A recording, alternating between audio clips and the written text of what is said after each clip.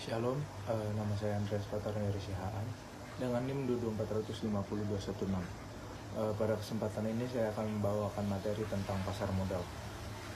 Awal mula lahirnya pasar modal diperkirakan telah berlangsung sejak tahun 1878 dengan dibentuknya perusahaan Dunlop dan Koch yang bergerak dalam bidang perantara perdagangan komoditi dan sekuritas. Kalau perkembangan pasar modal di Indonesia sendiri telah ada di Indonesia dari lama. Hal tersebut ditandai dengan berdirinya Bursa Efek pertama yang dibentuk pemerintah Hindia Belanda di Batavia pada tahun 1912. Karena didirikan oleh pemerintah Hindia Belanda, maka tentu saja bursa tersebut diperuntukkan bagi kepentingan pemerintah Hindia Belanda yang saat itu menjajah Indonesia. Perkembangan pasar modal Indonesia dapat dikelompokkan ke dalam beberapa periode, yaitu yang pertama, masa penjajahan. Pada abad ke-19 dalam upaya meningkatkan perekonomian Indonesia, pemerintah Hindia Belanda membangun perkebunan secara besar-besaran.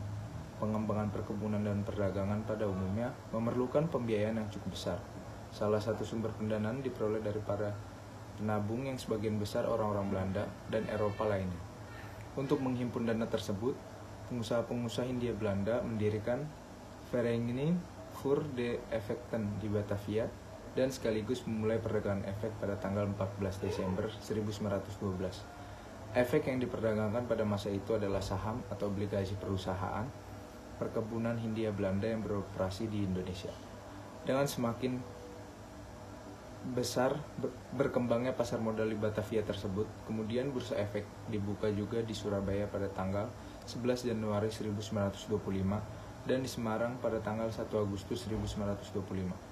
Ketika suhu politik di Indonesia meningkat, di Eropa meningkat, pada awal tahun 1939, pemerintah Hindia Belanda memusatkan perdagangan efek di Jakarta dan menutup Bursa Efek di Semarang dan Surabaya.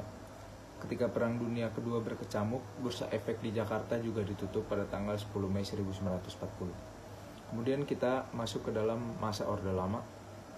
Pada tahun 1949, pemerintah Hindia Belanda mengakui kedaulatan Republik Indonesia.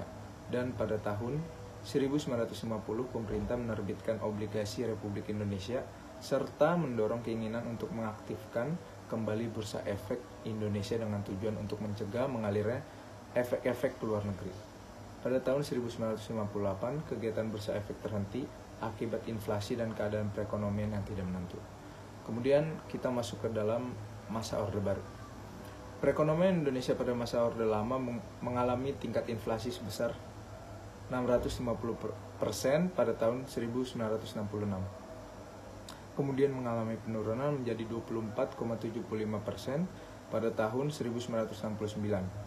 Saat mulai dicanangkan rencana pembangunan 5 tahun 1 atau Repelita 1 memerlukan dana yang cukup besar.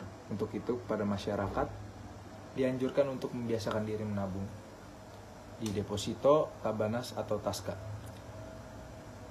Pengerahan dana melalui masyarakat yang bersifat jangka pendek melalui pasar uang dinilai sangat berhasil. Dengan keberhasilan tersebut, pemerintah mulai melakukan persiapan-persiapan untuk membentuk pasar modal. Pada tahun 1976, pemerintah mengaktifkan kembali pasar modal Indonesia yang didahului dengan dibentuknya Badan Pelaksana Pasar Modal atau Bapepam, Badan Pembina Pasar Modal, dan PT Dana Reksa melalui Kepres nomor 52 tahun 1976 yang mempunyai fungsi dan tugas membina dan mengatur pelaksanaan teknis pasar modal.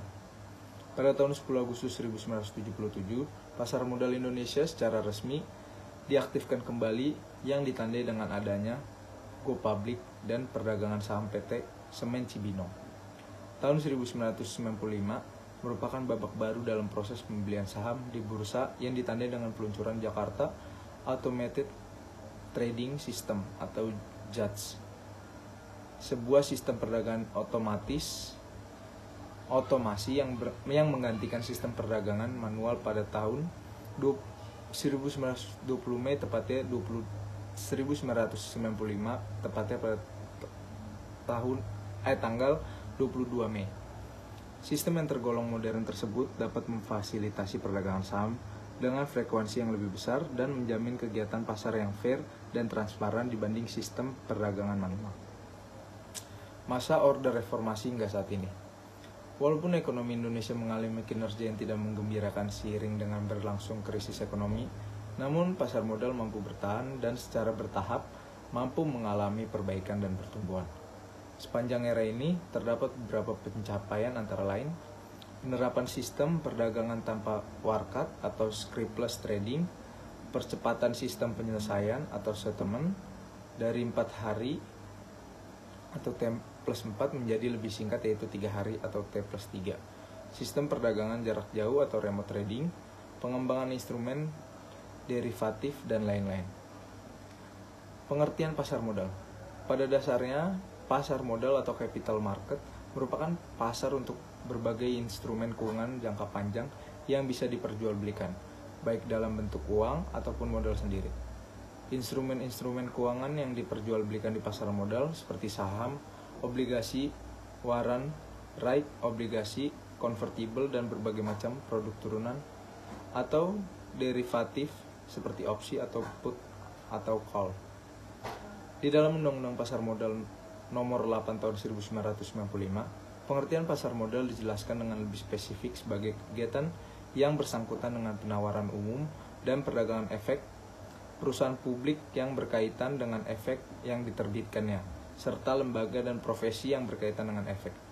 Pengertian pasar modal berdasarkan keputusan Presiden Nomor 52 Tahun 1976 tentang pasar modal menyebutkan bahwa pasar modal adalah bursa efek yang dimaksud dalam Undang-Undang Nomor 15 Tahun 1952. Menurut undang-undang tersebut, bursa adalah gedung atau ruangan yang ditetapkan sebagai kantor dan tempat kegiatan perdagangan efek. Sedangkan surat berharga yang dikategorikan efek adalah saham, obligasi, surat serta bukti lainnya yang lazim dikenal sebagai efek. Manfaat pasar modal.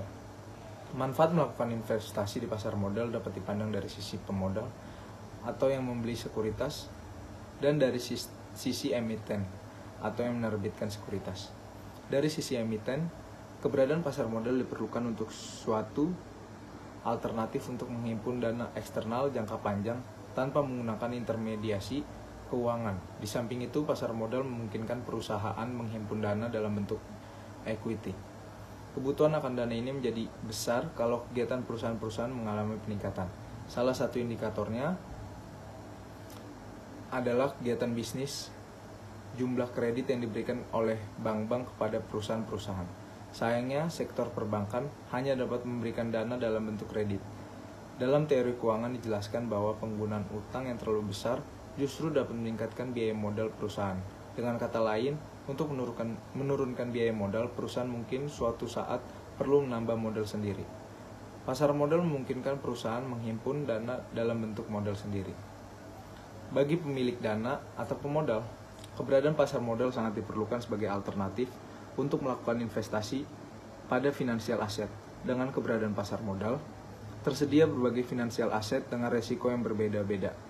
Pemodal dapat memilih finansial aset sesuai dengan preferensi resikonya, sejauh berhubungan yang positif antara risiko dan tingkat keuntungan. Pemodal bersedia memilih investasi yang lebih beresiko kalau mereka dapat mengharapkan untuk memperoleh keuntungan yang lebih besar. Secara umum, manfaat dari keberadaan pasar modal adalah yang pertama, menyediakan sumber pembiayaan jangka panjang bagi dunia usaha sekaligus memungkinkan alokasi dana secara optimal.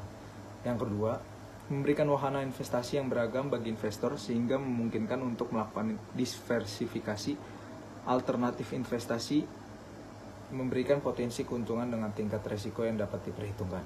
Kemudian yang ketiga, menyediakan leading indikator bagi perkembangan perekonomian suatu negara. Keempat, penyebaran kepemilikan perusahaan sampai lapisan masyarakat menengah. Kemudian yang terakhir, penyebaran kepemilikan, keterbukaan dan profesionalisme menciptakan iklim berusaha yang sehat serta mendorong pemanfaatan manajemen profesional. Jenis pasar modal. Dalam menjalankan fungsinya, pasar modal dibagi menjadi 3 macam, yaitu pasar perdana, pasar sekunder, dan bursa paralel. Pasar perdana adalah penjualan perdana efek atau penjualan efek oleh perusahaan yang menerbitkan efek sebelum efek tersebut dijual melalui bursa efek.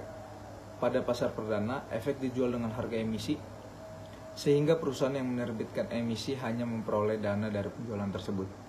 Dan pasar sekunder adalah pasar efek setelah penjualan pada pasar perdana berakhir.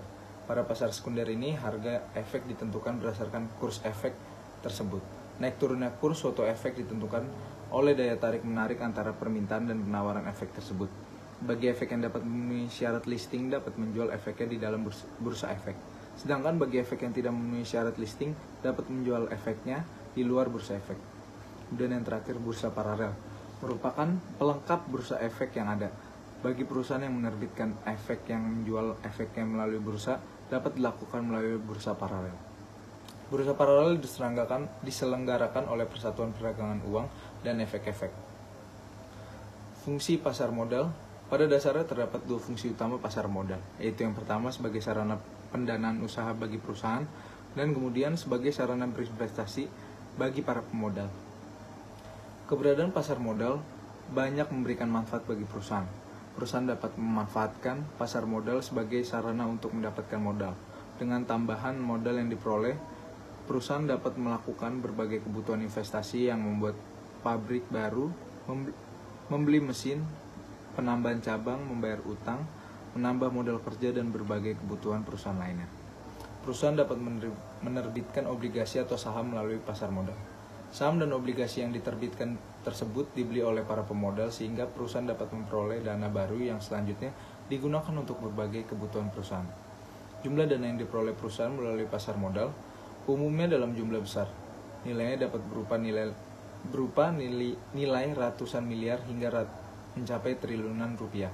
Berbeda dengan perusahaan meminjam dari dana bank, di mana dana yang diperoleh umumnya diberikan secara bertahap atau dalam beberapa termin pencairan. Sementara di pasar modal, perusahaan memperoleh dana tersebut secara sekaligus. Kegiatan perusahaan menerbitkan saham atau obligasi di pasar modal tersebut, penawaran umum atau sering pula disebut go public.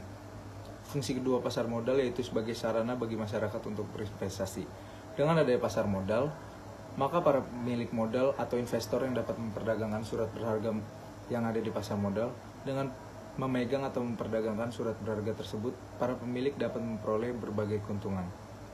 Investasi dapat diartikan sebagai komitmen sebagai pemilik modal untuk menempatkan dana pada objek-objek investasi tersebut tertentu dengan harapan mendapatkan keuntungan. Dalam kehidupan modern, masyarakat semakin banyak memiliki pilihan dalam melakukan kegiatan investasi, berbeda dengan masyarakat tradisional. Profesi penunjang pasar modal. Lembaga atau perusahaan yang diperlukan untuk dijadikan mitra oleh emiten atau dalam rangka penawaran umum. Pihak tersebut antara lain akuntan publik, kemudian notaris, kemudian konsultan hukum, kemudian penilai atau appraiser, kemudian yang terakhir penasihat investasi.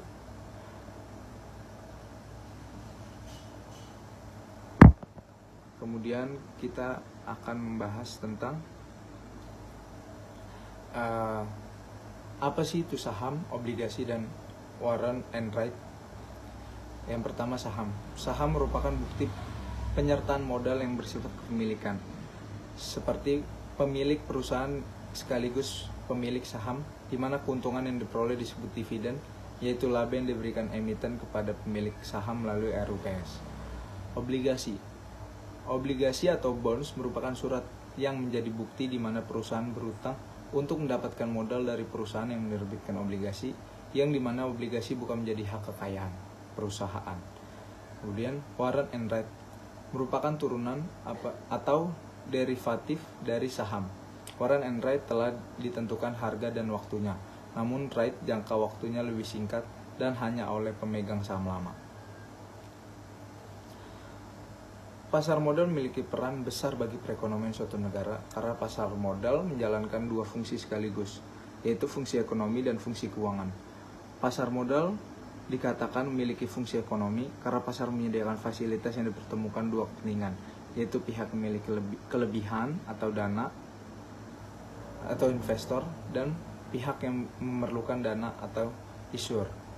Dengan adanya pasar modal, maka pihak yang berkelebihan dana dapat menginvestasikan dana tersebut dengan harapan memperoleh imbalan atau return, sedangkan pihak issuer atau dalam hal ini perusahaan dapat memanfaatkan dana tersebut untuk kepentingan investasi tanpa harus menunggu tersedianya dana dari operasional perusahaan. Pasar modal dikatakan memiliki fungsi keuangan karena pasar modal memberikan kemungkinan dan kesempatan memperoleh imbalan atau return bagi pemilik dana sesuai dengan karakteristiknya investasi yang dipilih. Pasar modal memiliki peran penting dalam suatu negara yang dasarnya memiliki kesamaan antara suatu negara dengan negara lain. Berikut ini peranan pasar modal, yaitu sebagai fasilitas melakukan transaksi antara pembeli dengan penjual untuk menentukan harga saham atau surat berharga yang diperjualbelikan. Kemudian pasar modal memberikan kesempatan kepada pemodal untuk menentukan hasil atau return yang diharapkan. Pasar modal memberikan kesempatan kepada investor untuk menjual kembali saham yang dimilikinya atau surat berharga lainnya. Pasar modal menciptakan kesempatan kepada masyarakat untuk berpartisipasi dalam perkembangan suatu perekonomian. Pasar modal mengurangi biaya informasi dan transaksi surat berharga. Secara makro, pasar modal berfungsi sebagai tabungan kekayaan, likuiditas juga pinjaman. Sekian materi yang dapat saya sampaikan, kurang lebihnya mohon maaf. Terima kasih.